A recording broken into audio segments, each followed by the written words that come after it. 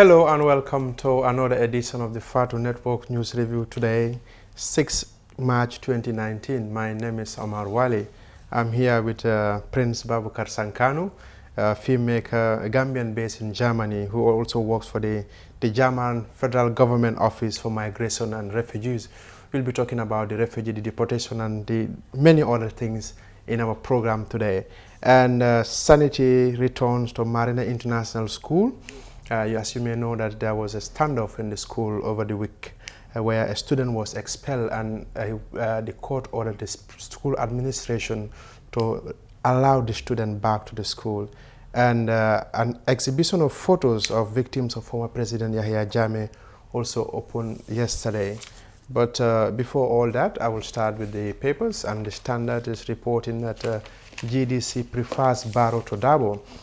The Gambia Democratic Congress prefers President Adama Barrow to lead the Gambia for the 5 years rather than Ousainou Darboe leading the country even for 2 days, according to Dr. Samba Sabali, the GDC national chairman.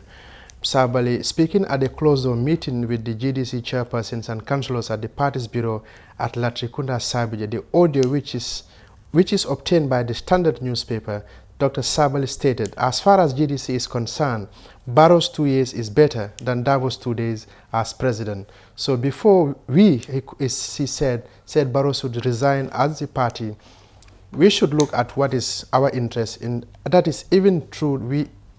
Though even as GDC never wished Barrow to be president, because we wanted Honorable Mama Kande, our leader, to be there, but we prefer Barrow to Darboe. We have consulted a lot of people who are experts in the constitution, and they said if Barrow resigned today, he will not be able to organize election, as the power will go to the Speaker of the House.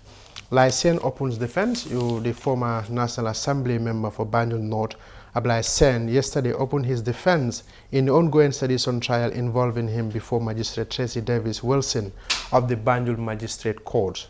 Mr. Sen is charged with 1 count of sedition intent, which he denies. Prosecutor alleged he uttered derogatory remarks against the Mandinkos in a WhatsApp audio. But testifying in a court for the first time, Sen said he never released nor published any audio in connection with the charges online. He said on the 2nd of September 2018, he received a call from the Deputy Police Commissioner for Criminal Intelligence,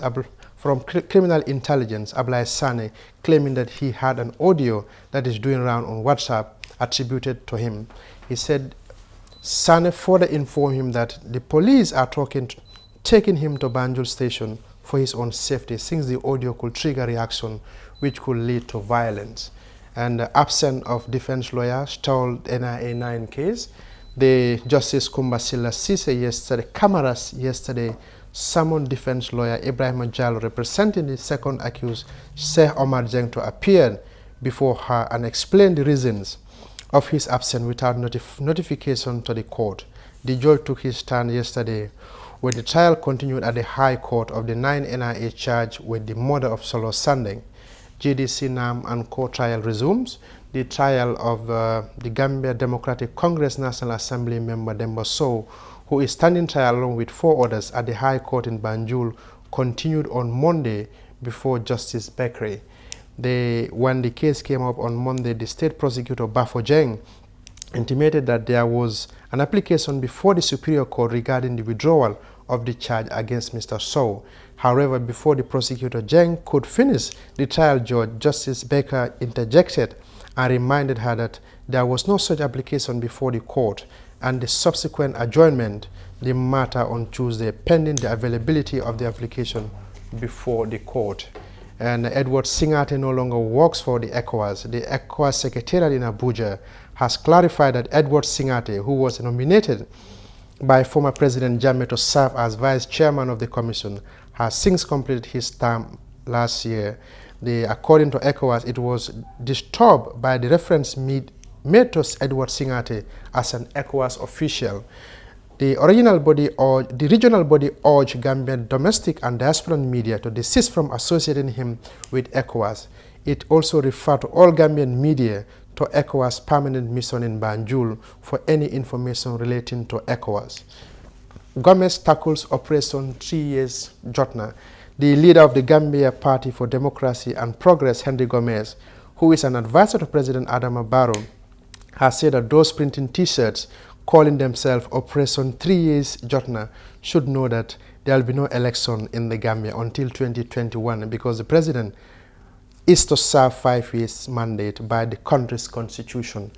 Speaking on a Star FM radio interview to be aired today, Gomez said those behind that campaign should have come forward to do similar campaigns against Jammeh. Where were they?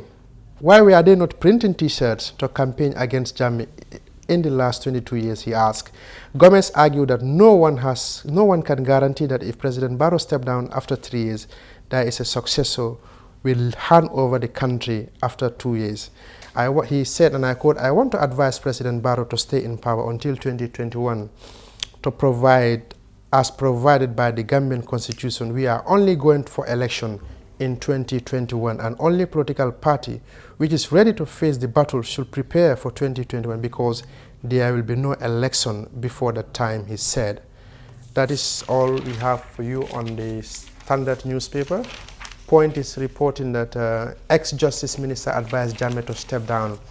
According to former President Jammeh's ally Sidin Jai, while some people close to Jammeh were playing double standard during the political crisis, former Justice Minister Mama Fatima Singate advised Jammeh to give dialogue a chance and step down. Singate was the Justice Minister during the difficult period and was even speculated that she might have been the one who proposed for the state of emergency to Jammeh. But Mr. Njai, in an interview with the West Coast Radio on Tuesday, expressed his utmost respect for Fatima, saying that she was loyal to Jammeh at the time but was conscious of the interests of the nation, describing her as a loyal and genuine. Edward Singate's friend explains how Peter and others killed Koro Sise. Captain Ibu Jallo, the former spokesperson of the Armed Forces Provisional Ruling Council, AFPRC militant junta, has added weight Alaji Kanyi's TRRC testimony, saying that the former Finance Minister Osman Koro Sise was murdered by Edward Singate, Peter Singate, and Alaji Kanyi, commonly known as Mofa Kanyi. Like saying, I did not release any audio. The former National Assembly member for Banjul Central, Lysen, yesterday said in his testimony before Banjul Magistrates Court that he did not release or publish any audio. And Marina International School resumes learning after standoff. We will have that story that will come after the papers. The Fourier newspaper also is reporting that boat owners association called for compensation. The boat owners and operators of association at the Senegambia Bridge have called on government to compensate them for the economic loss they have been put in as a result of the construction of the Senegambia Bridge. The association members made the call on Sunday, March 3rd, during a visit to the site by the Fourier reporter. And President Barrow held talks with the visiting Spanish Foreign Minister. President Adama Barrow on Wednesday, 5th March, held talks with the visiting Spanish Foreign Minister, Mr. Josep Borrell Fontelas, at the State House. The President took the opportunity to the Spanish investors. According to State House press release, President Barrow has called for Spanish industry to invest in mechanized farming, fisheries, and the tourism in the Gambia. On the Daily News, also is reporting that Yankuba Toure pleaded not guilty and was granted bail. And on the Voice newspaper also is reporting similar stories that Edward Singate is not a staff of ECOWAS Commission. And they also reporting that President Barrow calls for Spanish investment in the Gambia. That's all we have for you for the papers. We'll turn to stories we have with us here. An exhibition of photographs of victims of former President Jammeh has opened. The Gambia Center for Victims of Human Rights Violations is the pioneer of the initiative, and it's meant to create a record of regime both known and anonymous, many of whom were journalists. The Fatu Network was at the opening of the exhibition held at the Victim Center yesterday. Opportunity on behalf of the Gambia Center for Victims of Human Rights Violations to thank you for coming to the opening of the first of its kind in the Gambia, a photo exhibition, which is a pictorial testimony of the lives and stories of some of the victims and resistors who endured so many different experiences during the regime of the former President Yahya Jammeh. We're honored to have you here. I think you will join me in appreciating that this is a truly awesome moment. It is very emotional.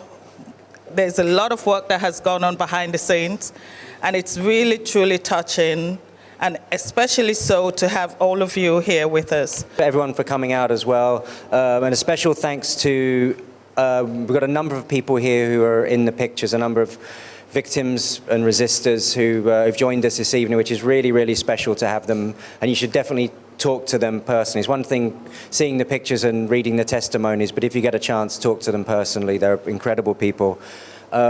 Just a brief bit of background on the project. We started it in October 2016 when Jammeh was obviously still in power. We were working in Dakar with some of the people who'd crossed the border and gone into exile or gone into hiding.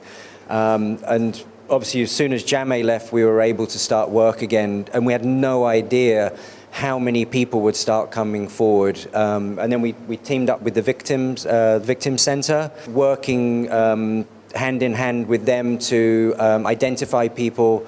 And the idea is to use the work as a form of advocacy, as well as a historical record of what's gone on.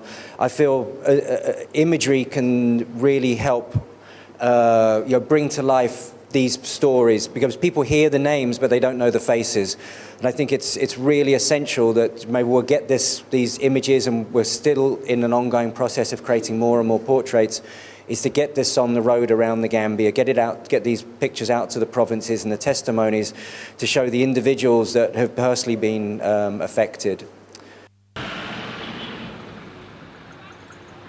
Hey, what are you doing here?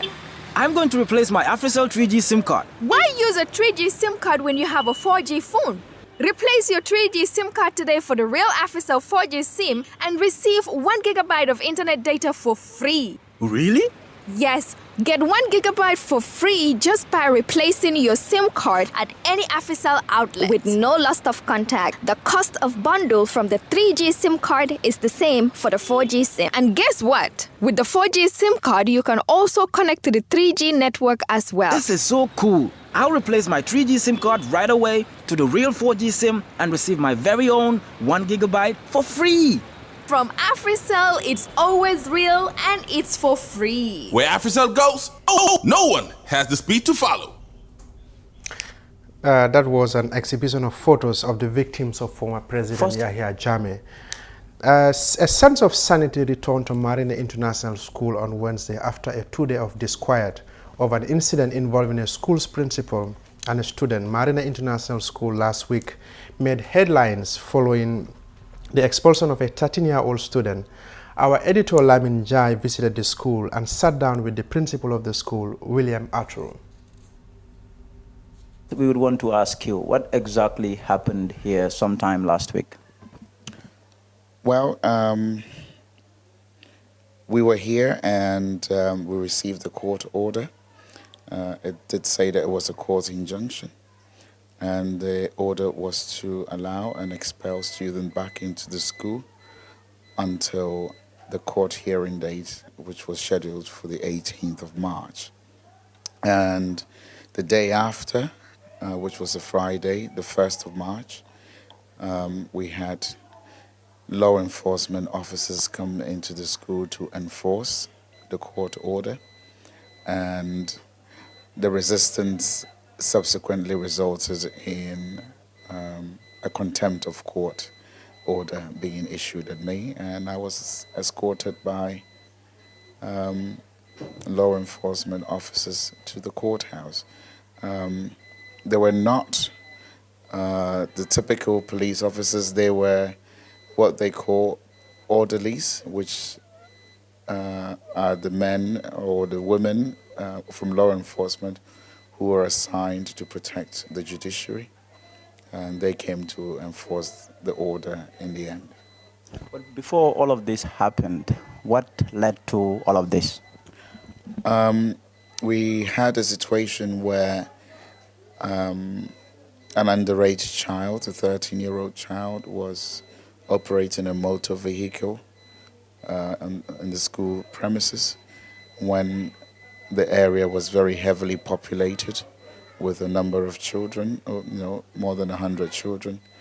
And because of the gravity of the situation and the threat to lives and health and safety of the children, the school decided to expel that child. And I believe that the family thought that it was an unfair decision, and they proceeded to use the law court to bring the boy back to the school. So when you were dragged to the law court, what happened there? I wouldn't say I was dragged, I was escorted, because no one actually physically touched me. But of course, they were enforcing the order, so I had to calm the students down, and I walked to the car, but I was escorted by the orderlies and the bailiff to there. When we went to the court, a number of legal jargon was exchanged between the school's appointed lawyers and the family's lawyer, and the judge presiding over the case, and I was granted bail. So I am currently on bail. You're currently on bail. So where does things stand? Because this incident led to the closure, if you like, of the school for about 2 days. Can you tell us where those things stand now? Well, the school is now back in full operation. The board of the school took the decision to close the school down for us to put some health and safety measures into place, and also for us to send out a message to our students and teachers to remain calm. And that is why the school was closed down by the school's board. Now, a condition of my bail is to allow the child to come in because of the court order until the 18th. So have you decided on that, to allow the boy or the child to resume school? Well, it is a standing court order, and we will respect the order, because it's also a condition of my bail. So if I refuse, I am sure that I will be put in jail. So can we say for certain that sanity has returned to Marina High School? Absolutely, 100%. If you look around the school, you wouldn't even think there's an incident like that had happened. The students are back in school. Those who are writing exams are writing the exams. Those who are not are back in lessons. There's 100% sanity and calm in the school now. The Gaitaf Special Economic Zone is a 160-hectare mixed-use business park strategically located within the boundaries of Banjul International Airport, the Gambia. It is the only economic zone located within an airport in West Africa. Gaitaf Special Economic Zone is segmented into 4 separate zones: Commercial Zone, Industrial and Light Manufacturing, Logistics and Warehousing, Residential Zone. It is a highly secured economic zone with top-notch infrastructure, with eco-friendly buildings and beautiful landscaping. With attractive incentives and access to a pool of labor within the Gambia and the sub-region, the Gaitaf Special Economic Zone has already completed warehouses available to investors. Located less than 30 minutes away from the international seaport of Banjul, investors in the Special Economic Zone will enjoy a unique proximity to major markets around the world, including Africa, Europe, America, and Asia. For additional information, please visit www.gaitaf.com. Welcome back. That was Arthur Williams, the principal of Marina International School, talking to our editor, Lamin Jai. We're here with my guest, Prince Bokar Sankanu. He's a Gambian, he's a filmmaker based in Germany. He also works for the German government, the Federal Government Office for Migration and Refugees. Mr. Sankanu, welcome to the Fatu Network. Thank you, Omar. Thanks for having me. Well, before we talk about the deportation and many other issues, you held a film festival, if I may put it that way. but not many people were aware. Just give us a gist about this. Yeah, that is the annual film festival we organize as part of the trade fair promoting the Gambia's creative industry. It started on the 25th of February and ended on the 28th of that month. So the first day was the official ceremony, and we dedicated it to Jali Alajimbai, who was a resource during the production of our documentary on Kele Fasane. So because we decided to pay tribute to him and dedicate the opening night to him under the patronage of Turo Dabo or Vision Development Foundation, the NCAC was there, and also the Office of the President sent some representatives. So it was a successful opening. A tribute was paid to Ajali Alajimbai, seen by many as a cultural patriot. To you, how would you describe the late Alajimbai? It was indeed, we've lost a living library, because we discovered him during the research on Khalifa's Hane. You know, we've been working on this documentary for 5 years together with a German partner called Fenya Brasta. So Alajimbai came on board, and he was really helpful, resourceful, helped us make a comparative research of oral traditions in Gambia, Senegal, and Mali, because all the former territorial expanses of Kabu Empire. So definitely he helped, and then his departure is a big loss to the country, and we are glad that we captured a little that we can preserve in our work. You live in Germany, you work with the federal government on migration and refugees and so on. So let's talk about this deportation issue. What can you tell us about this? Well, this deportation issue is not as easy as people are talking about it. I stayed out of it because I'm in the center of it and I know what is going on. The debate is that, okay, the government signed, the government did not sign. You know, it's about denial and credibility issues. So my own objective would have been, let us move the debate further. How are you going to benefit? Because the issue is 90% of Gambians who are there, you know, if you are to tell the truth, they were not supposed to be in Germany. They either exhausted their legal procedure for asylum, or they have no reason to stay in the country. But because German laws say you cannot deport somebody in a country with poor human rights record under Germany, so many young boys, they call it paragraph Article 60, you know, Abschiebung suits, you know. So that Article 60 of the German asylum law, you know, covered a lot of Gambians under German law. They had no reason to get asylum to stay in Germany, but German gave them that protection because the law say you cannot deport somebody to a country where there is death penalty, where there is abuse of human rights, and that covered them. And now that Germany is gone, that protection is over.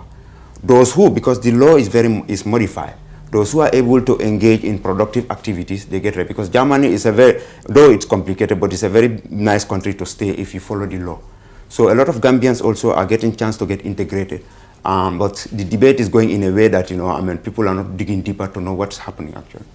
Dictatorship has some advantages. When Jammeh left, some people had to come back home. But you have been center of this thing. Did the government, this current government, sign or did not sign?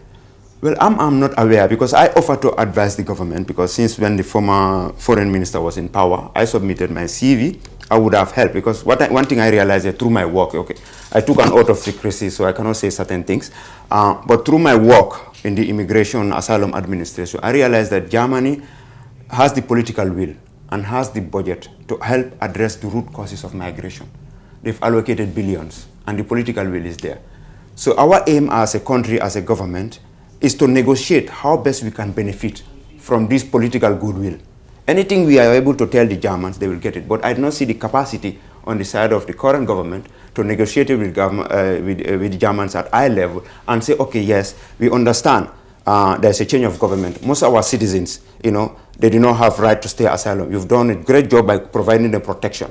But because of so and so, let there be a moratorium on deportation, or give us this and this, let us help the youth. So there's a lot of things that can be done. It's a question of negotiation. After the downfall of Jammeh, like you talk about dictatorship, change of government. Now, can a government, German government, deport Gambians without signing an agreement with the government of the Gambia? German government does not need to sign an agreement, okay, you know, to deport people from outside of, because anybody who comes to the German country without visa, you violated the law. And that's what many young people don't understand. You enter the country without visa, under normal circumstances, you should be expelled. But why is it that our boys, when they come, they left them? Because of the Geneva Convention, humanity. If you come, you say, oh, I have problem in my country, I need protection. Then they give you that cover, you go through the legal process. If not, the moment you step on the territory without visa, you should be deported.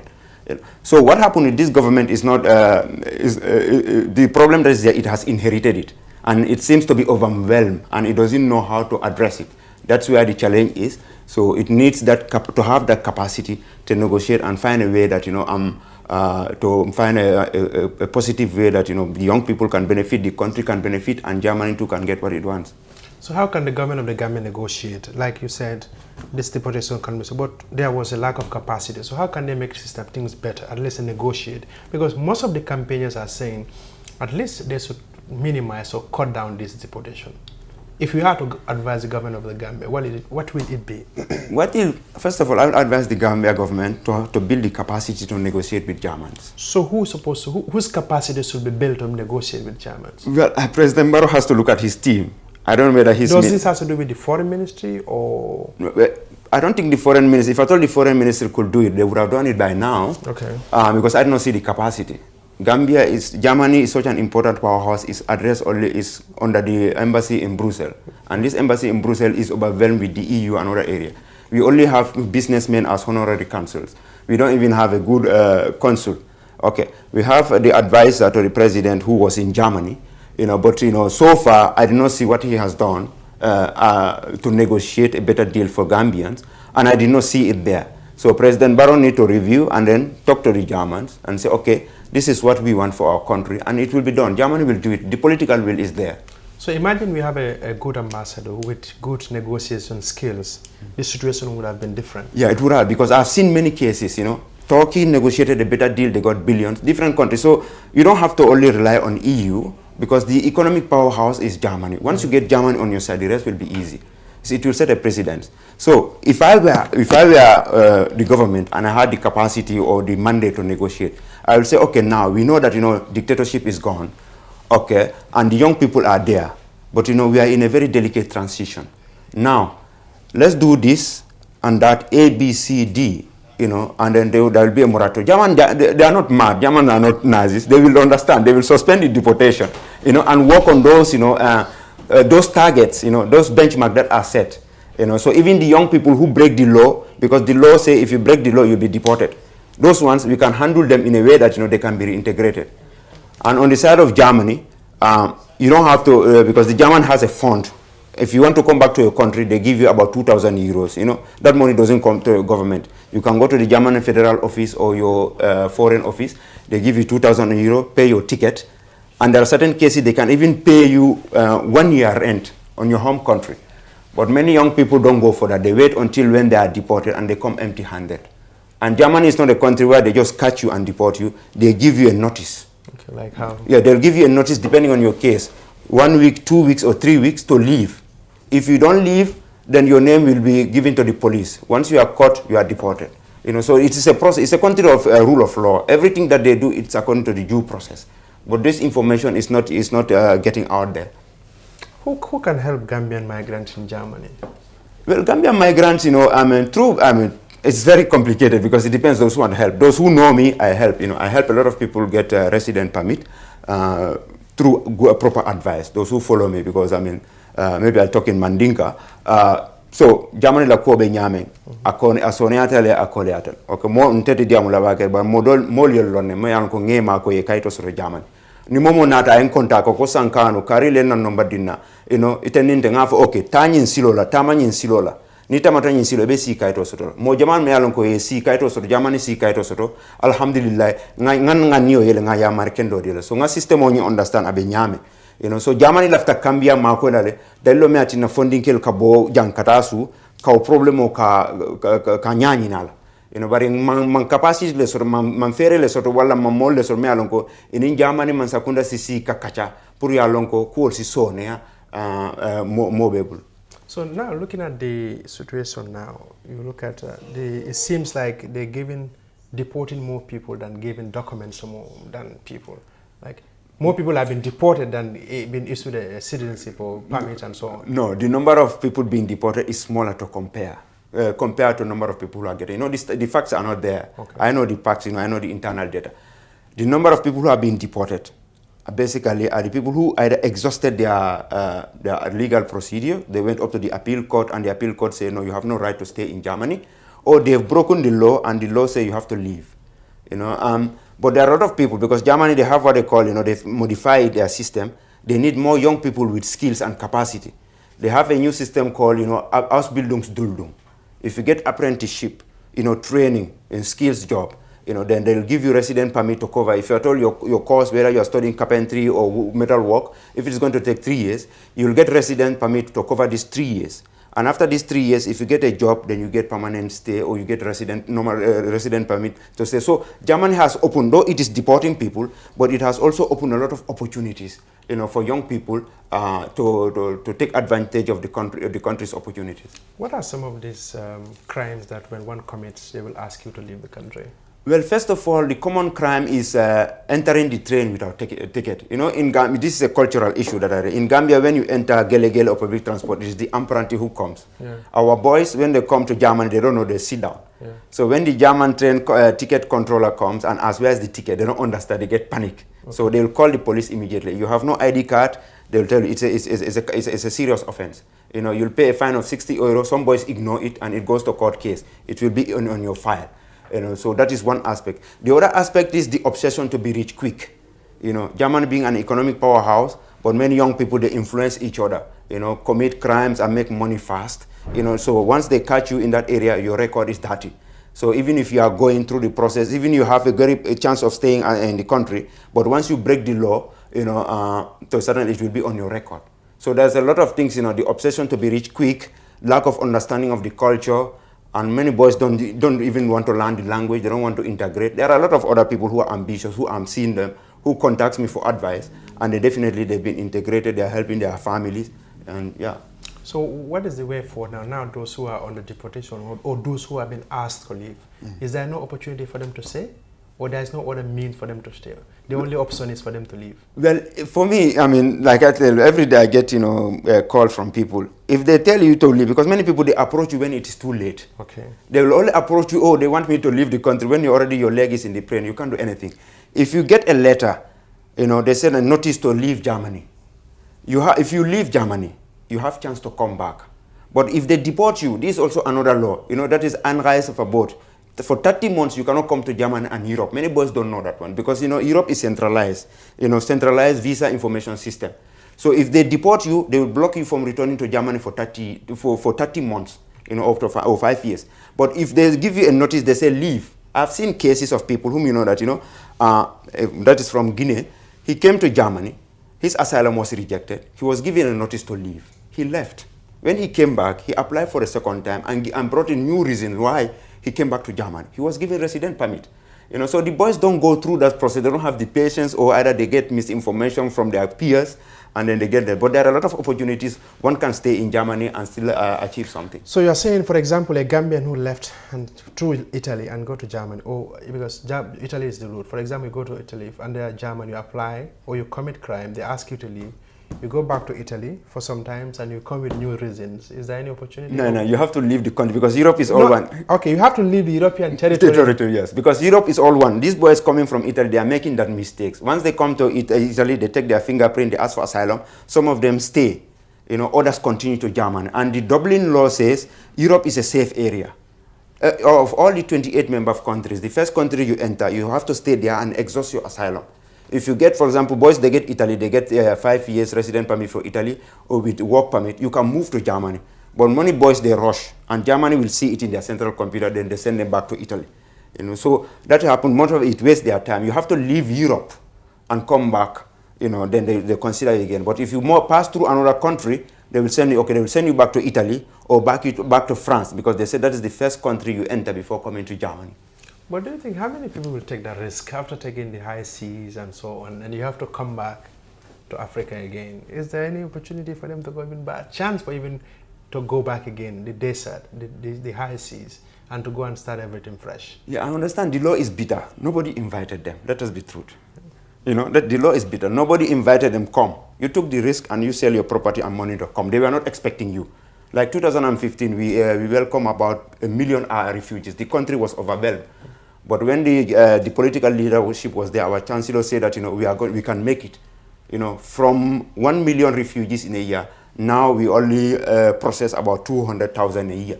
So we were not expecting them, and they came and they gave humanitarian reason, and we are doing our best to integrate them into the society. Those who respect the law and follow the procedure get the chance to stay. Those who think that, you know, they own the country, they are, they will show them the law. So what happened is, you want to stay until when they deport you, you come empty-handed, or they give you the 2,000 your ticket, and 1 year for your rent, you come alone. So which is option? You know, which is which? You know. Now, some people also will say Gambia, they deport more Gambians than other African countries. Is that the case? No, everybody is being deported. They were deporting people from Afghanistan. No, I mean the African country, particularly the ECOWAS region. No, it is that they are deporting everybody. Gambia is a small country, you know, smallest thing, you know, I mean, per capita, it gets into the news. They are deporting people from other African countries. Deportation is happening every day. You know, it's not only limited to Gambians. It's limited to all those who exhaust their asylum procedure, and then the law say they have to leave, and they did not leave. They caught them, and then. If Germany can give chance to Syrian refugees, over a million of them also, why can't they give it to these people who have economic migrants, who have to run away from many other challenges back home? You have to understand, the asylum law is not meant for economic migration. Yes. It's meant for... Now, economic and many other challenges. Like, yeah, okay. Yeah. The asylum law of 1951 or 1945 Geneva Convention was designed at a time when the current factors like, you know, economic migration, environmental issue were not there. But there are case-specific issues. So we have to understand the German asylum law. There is political asylum. That one, you have to be political active. Like somebody like Lamin Wajuara, who suffered through Germany, his record is there. If at all he came to Germany, he will get asylum because he's a political refugee. And to get political asylum, you have to fly down to Germany and land in an airport. Many Gambians don't do that one. They come through Italy and through the back way and through whatever. Then they consider them through humanitarian. And they look at factors. Upshipping shoots is a factor. Your country, you have no right to stay, but we cannot send you back to your country because of human rights record and other things. Then they'll give you resident permit. If you are serious, you go to school, you get a chance to have a course and go to job. That's just one option. Second, if you are a member of a religion, because if you are a member of a religious organization, you know, you face persecution. Okay, then like you can get those humanitarian factors are there. But it is not designed for economic reasons. There is also a women case. I remember 2001, we had a conference with Amnesty International. We lobbied the German government to make FGM part of the asylum.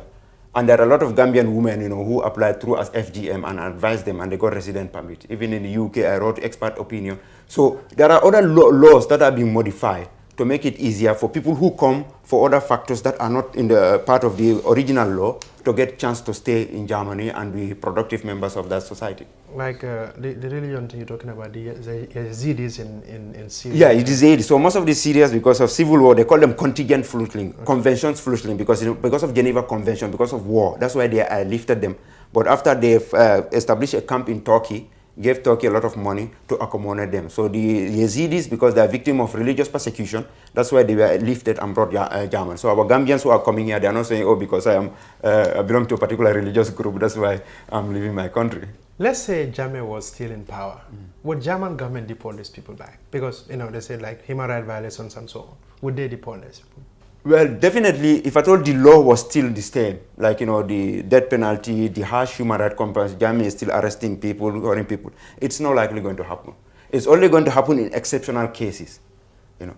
When, you know, they have to look at, they say, okay, Mr. X and Y, because they look at individual case. Mr. X and Y, you know, is he a political person? If any is he somebody well known or not? What is his case? So they look at case by case. Those who should be deported because, you know, they break the law because of criminal offense, those ones will be deported. Those whom they know that, you know, if they are deported, you know, Germany is going to arrest them or kill them, you know, that one they will not deport them. Let's talk about something that affects your Sarahule from the Sarahule community, the caste system. It was a heated debate initially in Sandu, and it spread along other Sarahule communities. What is your opinion about this? Well, actually, it's part of a trend which is blowing across to the Sarahule communities in Mali, Mauritania, Senegal, and France. It's followed the anti-slavery movement in Mauritania, which, you know, they've been agitating for decades. And now it's wind of change that is blowing. So there's people whom they consider them slaves who believe that, you know, they can no longer live under this, you know, heritage-based, chattel slavery, and they would like they are equal citizens of the country. So certain traditions they are not going to accept. So this is the debate, and this is causing a lot of friction, conflicts here and there in various communities. So basically, somebody who is educated, liberal, and read, and I mean, anything that has nothing to do with Islam, we all agree that we should not condone it. But it's so sensitive, and that's why most of us are shying away from it. If you want to go into it and fight for it, you realize that people will betray you, and that's why we are keeping our hands off and watching it. So what is the best way, the way forward in terms of this division that really divide communities? Well, basically, they have to understand the law and the constitution. Now we have the National Human Rights Commission. I hope that the new National Human Rights Commission will make it its first task to sensitize these people about the law, because most of these people, they don't even understand what is the constitution. They don't know.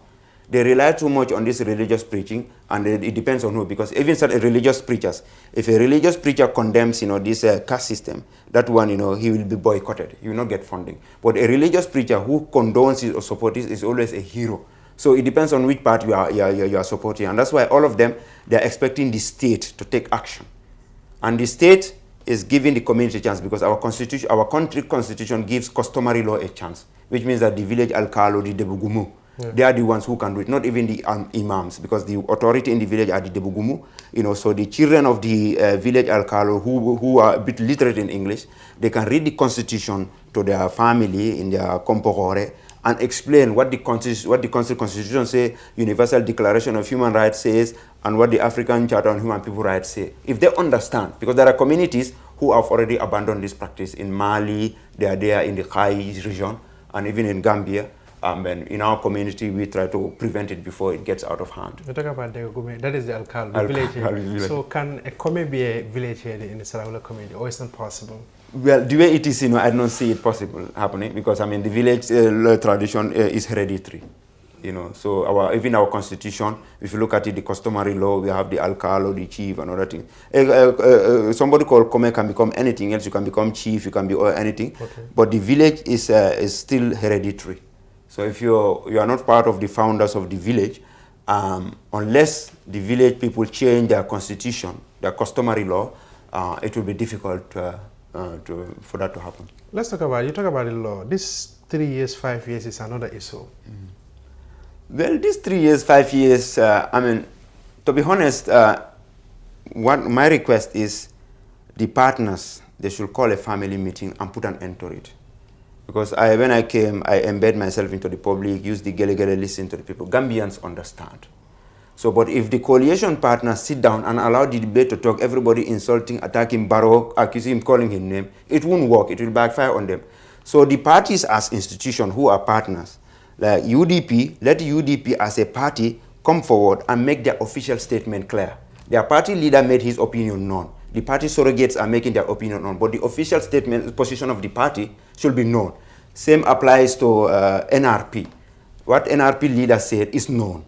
We've already know what he said. But what is the official position of NRP on these 3 years and 5 years? We need to know. GPDP, the guy said his opinion. That is his personal opinion, that, election will happen in 2005. But what is the opinion of this? So the parties as institution should come forward and do Gambians a favor and tell us where they stand, as soon as possible, so that, we can close this debate and continue the NDP National Development Program, because it is distracting and causing a lot of waste of time. Talk about this Constitutional Review Commission. What do you think? Well, that is what's important. So all this debate, that people are doing about 3 years, 5 years, polluting the social media with all kind of talk. The Constitutional Review Commission is the most important. And that's why, when Barrow recalled this nominated MP, people were saying, we don't want authoritarian, and we don't want the law that we have in place. Omar, even if you take your pet lamp, you put it at the office of the president, with the law that are in place, if you push the lamp into the corner, it will become dictator, because the constitution gave him that power. So before talking about 3 years, 5 years, we don't want this, we don't want that. Let us all make sure that we have a new constitution as soon as possible. That is the only safeguard we have against self-perpetuation, against, returning back to the former system. Let's talk about you. You have this title, Prince. And as far as I know, you're not from any royalty family. Why this, let me say, this horrible title again? It's horrible, terrible. Well, today we are not there. You have to understand, you have to do research. Okay, let's go back to Ghana Empire. All right. I'm part of the Kagoro. Kagoro, okay. And you know what the Kagoro is? The Kagoros are part of the nobility of the ancient Ghana Empire. Okay, so through that one I do research. Okay, they call me Sankano Kagoro, Sankano Kamara, Sankano Tage. So it was the Kagoro that started there. Okay. When we were having Ghana Empire, we were part of the nobility. So it is through that one I choose that title. It's part of my history. And when my ancestors was moving from Ghana Empire to come to Barago, which was the industrial base of Ghana Empire, where they do a lot of metal work, he came with his people and then took this tradition of, just like Sumanguru Kante, making weapons and other tools of everyday life. So, and we have our own village. My grandfather set up our village. I can still become a village chief. I can still become a Tunkaleme in my village. So it's still valid. Let's talk about you and your Alada fix Sukuta. What happened? We're going back to all those things. Yeah, let's talk about that whole thing for a moment. What happened? That fix Lemundo. Sukuta, these are just part of those teenagers. Now we don't have stubborn people. We all have people making noise on social media, but they are not stubborn. But when not that fix Sukuta? No, it was okay when I was still a student journalist. I like testing my limit. So there was this taboo that okay, if you are in Sukuta, you cannot say Alada fix. If you do that when they'll fight, because I think it came out of a football match. Somebody, so they said nobody should say it. I said, why? So nobody said it. I said, okay, I will give it a try. I will write about it. So I wrote about it, and then that's how. So some people lured me and they trapped me. They came and all over. It was a good comedy, a big drama, a movie scene. Movie industry in the Gambia. What is your opinion? Well, we are starting. I'm optimistic. It's not easy because we are starting from scratch. Even in Nigeria, when they started, nobody wanted to support them or watch their movies. But today they are getting a lot of money. So it's in the long term, the prospect is there. There's a lot of young people who are interested. All these TV stations that are coming in, they need people with skills in audiovisual art. So it has the potential of being the soft power of the Gambia, exporting our culture, exporting our ideas and values. So which means that I'm very optimistic that definitely it can create jobs. Creating jobs. But most of the Gambians in the industry, the actors and the actresses will tell you, yes, Gambians don't support us. How can you make this thing attractive so that Gambians will also stick to their own instead of relying entirely on other countries? Yeah, that is the challenge. I mean, Gambians don't support their talent. Like all these things that I'm doing, all this film festival, film production I'm doing, I'm funding them for myself and I'm not waiting for anybody. So if we say Gambians don't support us, we wait, we are not going to move forward. We do it, we have an impact, we make a name, we set a good example, and they can come on board. So waiting for Gambians to support us is not going to happen because Gambians are addicted to all these foreign stars. What the government can do is maybe introduce an entertainment tax so that all these foreign stars who are coming, the revenue that they generate, they pay tax, and that tax can be used to fund, local artistic productions. That is one way of helping us, grow. It's part of the World Trade Organization allows it, part of supporting domestic, cottage industries to grow. So it has nothing to do with protectionism or xenophobia. You have been in this, business for a very long time now. What is the way forward? Especially with so that people can start this from the grassroots in the acting industry. Well, first of all, the families have to come on board because a lot of young people want to act, but our culture, we still have this stigma. You are from this family, you cannot act. Omu Sankare is from a nobility, but she sang, and now she's paying the bills of all her community. Certificate. So certificate and other things. So they are also called from traditional nobility, but they are singing. Yeah. So it's an art. If your daughter or son say, "Oh, daddy, mommy, I want to be a movie star, I want to be a singer artist," no need to discourage the talent. Allow the child to go. Tomorrow, maybe he will be the one to pay your medical bill better than the one that you think that will study law or study medicine. You never know. So parents should encourage them, and also we need to have, it's about time to have an art school in the Gambia. Okay. Some of us are lucky to study at university level abroad, but many young people, they are still struggling. If they want to hone their skills, we don't have, structured, capacity building to sustain the industry, which is important. Your career started a long time ago. You were working with GRTS and eventually you left. What happened? Well, I told you last year, GRTS is for medical reason now. So I was sick, and whenever I enter GRTS, I feel hot in me. So I did not get medical leave. So I applied for Schengen visa. So I was one of those people who traveled Germany legally, and then after my medical treatment, I got resident permit and I studied, changed my field. So you have this belief that some people were doing some corner that eventually led to you believe that it is a spiritual thing? I have no idea. I had no bother time. To me, I was thinking of saving myself because I know that if at all I stay, I would have been dead by now. How many GRTS staff died over the past 3 years? They couldn't even get good medical care. So to me, it was a blessing in disguise. I'm still alive today, granting you an interview. If at all I stayed, I wouldn't have been here. Who knows? Finally, what will be your final message? Yeah, my final message, especially, first of all, is to the families of Gambians abroad. Life abroad is not easy. Nalla dingol wuluta iko ikata tumbabu dule. Ala ma osafe ka fo momo ni tata tubabu inyanta ka fen sotol. Ni alla dingol tata tubabu du. Iko ilafta kana su. Al kana fo iko albul kensen kanna. Ina ini jata kendea ye doko kijang yal nafa ole fisiata ifure naja wala ye deport. Katu ni momo lafta ka murung. Ima nata jaman man sakunda yale ka wuli fula diala le jaman man sakunda al kadal ma fo kambia man sakunda. Ika tiketo diala. Dolo ika kodo dila puri la luaso sanji kili. Wuli kili wuli fula yiro ngamera mu wuli keme dala sileti ni nata ja ise business to mandin start no so nala dindingol nala mol meme tubabudu ni ko bina ni nata ali welcome alkana fo ko imu feriolti and this is another factor. That's why many young people don't want to come back. Yes. So this is why I'm appealing to the parents to stop stigmatizing young people, and for the government and the people, let's take it easy, because no transition is easy. Post-dictatorship transition everywhere has never been easy. We cannot fix the wrongs of 22 years in 2-3 years. So let's just learn to respect each other. The noise is too much in the social media, but it will fizzle out. Let's just have the capacity to contain damage. Damages will be done. The transition will be messy, but President Barrow should have a very good damage control mechanism. And that's the way forward. So this is what the Sarahule said. Mbadama jarintenga de keni tungu ya kanda gunde ne keni gari. Sawa nyana ko. Anna mare mu ko anna manikira kunna ya wanga hube ko. Ya mare mu so ngo har so na memgo ko ani sare habe diga menga bu so nin kara otorombo no sakati ke fitna be ganyano na kakundu. Har ke weekend mengeda kan kisima ablay tura ga fati America ari bade ke di fitna nyano ngani, because oga wandi lada no kudo wandi dina mo no ko to ko oga na to wa fasari no kama ano tampindinia. Koronta ona me ko hakil ommunyi mera kata kota ke duna omari lagare kullu min alayya fan wa yabqa wazira bi zulzalal wal kiram ona nya honne ontongo mekitedi ke mancha kunda kun barbigan oya honi ontongo mekitendi ono na burem bagandi ongolli ke kainde do ke me khaja hinde do ke me rogonde do ke suna hantay o soro ku benu ga sellanga hari gana kame akinanga magane ay igana serebe riti kamagati anyisa kairopwa wala brakenta de kempe. Serebe ganari agana dalera kama abego na di passing tamaga da di podi kempe ku ana soron kanundini e gantari ni ganari ni hurenya lini wala ijangiranto wala igani ni siti jolonga ni reti ku ni hin yogo no on ka hakile nyillandini ana duna breke na no.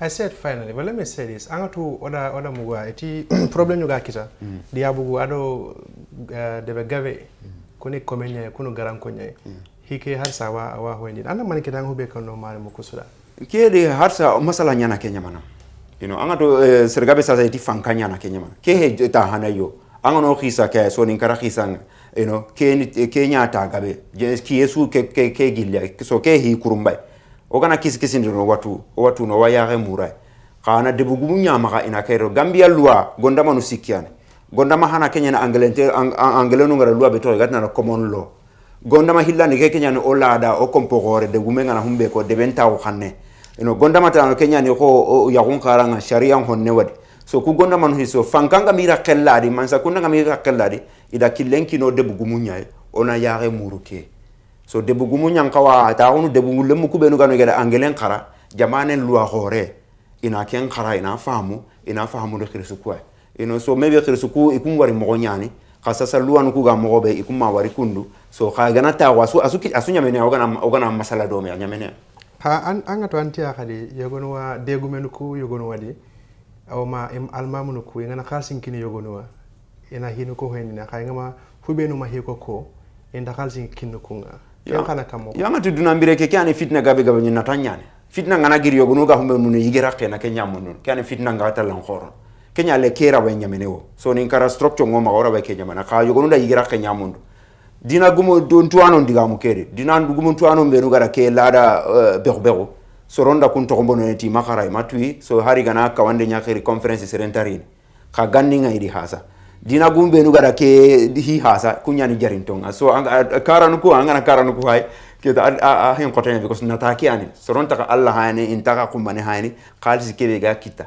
kenya nda hiketa la mbonondi sasa manni dina hubenu wakana kula anna man kono kunkala well c'est responsable qaburanga you know c'est responsable qaburanga so angana tan nan qaburanya hay anna tongu kya kono tongu ngara humbe ko sharia ngara humbe ko jamane ngara humbe ko tagalle ma gum pakhe ngara humbe ko anna teret kenga you know kenna kenya yamari c'est sukana la diga mun kedi angana ti ha ando soron kuti because angana tongu ko ando soron kuti ni so angana la an qaburanya hani bor kubenu suga ambe ko be ko ni gankana wala galo inta khidi hata nan qaburana mbana ni nonga so atoko asere su yimmi adangani anna ha angal hanya na mo no ari mo si o sudan anda mantela gunendi angana daga bolongeni sasa ma bolongeni ngatel de ma no do komposi ginde nyana mezo at least what wakati okay okay no ari mo si thank you so much viewers that is Prince Bokar Sankano, a Gambian based in Germany. He's a filmmaker and he also worked for the German federal government migration with refugees. That's all we have for you today.